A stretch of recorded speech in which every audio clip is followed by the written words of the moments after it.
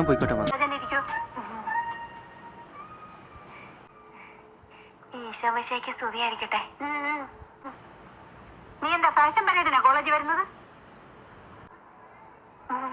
എന്ത് വേഷാടി ഇത്?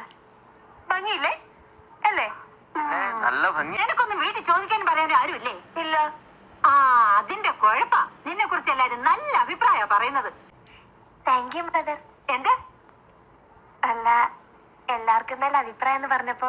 പിന്നെ എന്ത് നല്ല അഭിപ്രായ? രാവിലെ വിഡ്ഢിവേഷം കെട്ടി ഇറങ്ങിക്കോളും. നീയൊക്കെ ഈ കോളേജിന്റെ അപമാന. ഞാനൊരു തെറ്റും ചെയ്തിട്ടില്ല.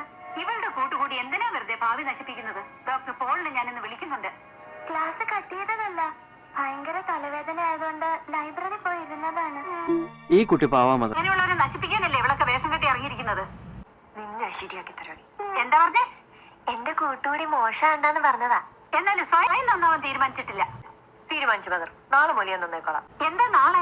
ഇന്ന് മുതലേ നന്നായി ശരിയാവില്ലേ? നാളെ വെള്ളിയാഴ്ച ഞങ്ങൾ ഹിന്ദുസിന് നല്ല ദിവസമാണ്. അല്ല, വേണമെങ്കിൽ വേണേ നന്നാവാം. ആർക്ക് വേണമെങ്കിൽ? എനിക്കോ? എനിക്കൊരു നിർബന്ധമില്ല. പക്ഷെ മറ്റു കുട്ടികളെ ചീത്തയേക്കാൻ ഞാൻ സമ്മതിക്കില്ല. ഇന്നാ താങ്ക് യു മദർ. നിന്റെ കാർഡ് ഇവിടെ ഇരിക്കട്ടെ. ഗാർഡിയനെ വിളിച്ചോണ്ട് വന്നിട്ട് ക്ലാസ് കയറിയാൽ മതി. നിന്നെ ഇങ്ങനെ കയറൂരി വിട്ടിരിക്കുകയാണോന്ന് എനിക്കൊന്ന് അറിയണം.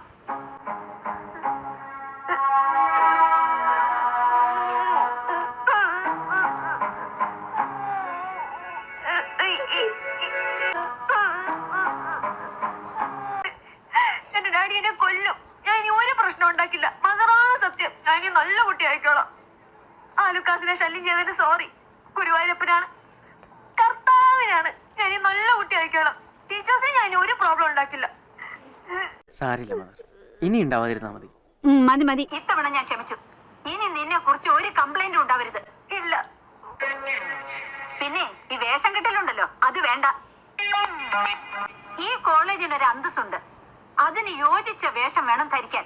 എല്ലാവർക്കും ഒരു മാതൃകയാവണം. മനസ്സിലായോ?